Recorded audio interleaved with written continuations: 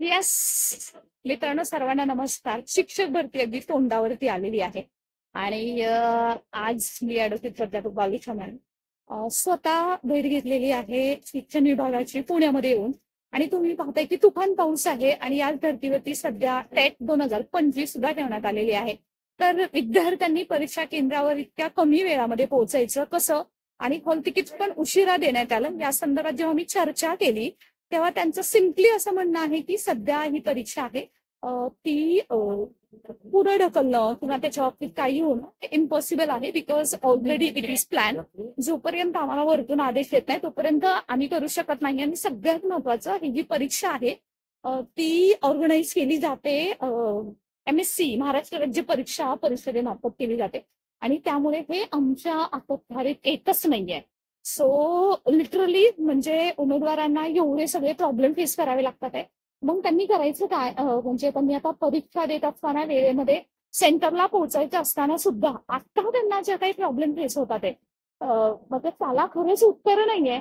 आणि या संदर्भात म्हणजे कमीत कमी आता जी काही कमी वेळामध्ये परीक्षा आहे ऍक्च्युली पुढं जावी न जावी हे मित्रांनो तुम्ही सांगा.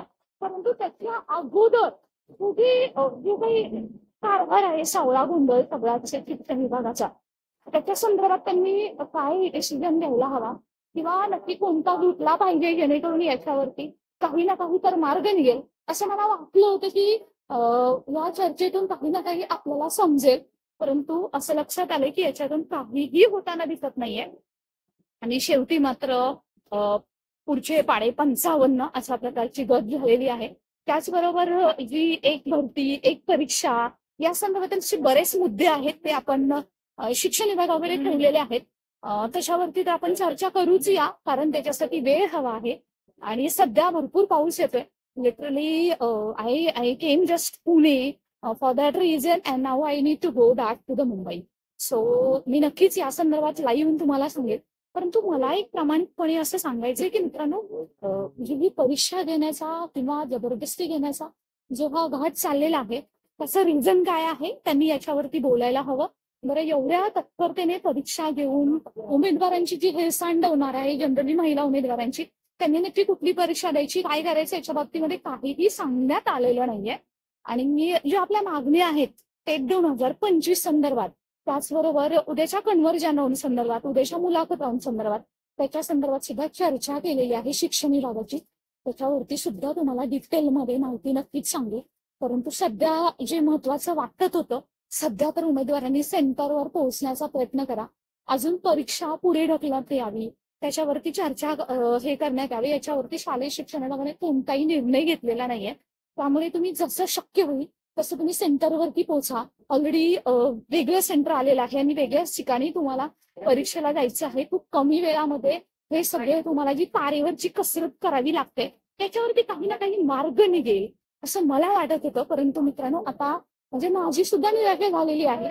म्हणूनच तुम्हाला सांगावंसं वाटतं की आता पाहूयात, याबद्दलचे डिटेल्स तुम्हाला लवकरच चॅनलवरती मिळतील.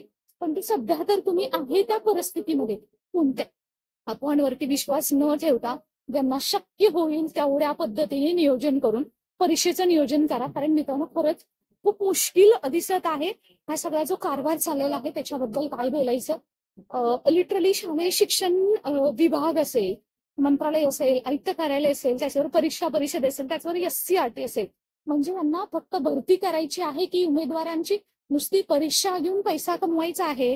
कारण जरी भरती आता होत असली तरी त्याच्यानंतर आता सध्या म्हणजे तेवढ्या पदेही नाहीयेत. मग हा जो घाट चाललेला आहे तो कशासाठी, आणि याच्यावरती खरंच कोणीच उत्तर द्यायला तयार नाहीये. म्हणून मला असं वाटतं याच्यावरती बोलणं गरजेचं होतं. यासाठी मी भेट घेतलेली आहे शालेय शिक्षण विभागाची. आणि मला असं वाटतं तुम्ही पण याच्या संदर्भात नक्कीच पॉझिटिव्ह असाल. याच अपेक्षेसह आपण भेटूयात लवकरच. चर्चेत काय काय निष्पन्न झालं ते तुम्हाला चॅनलवरती लवकरच सांगेल.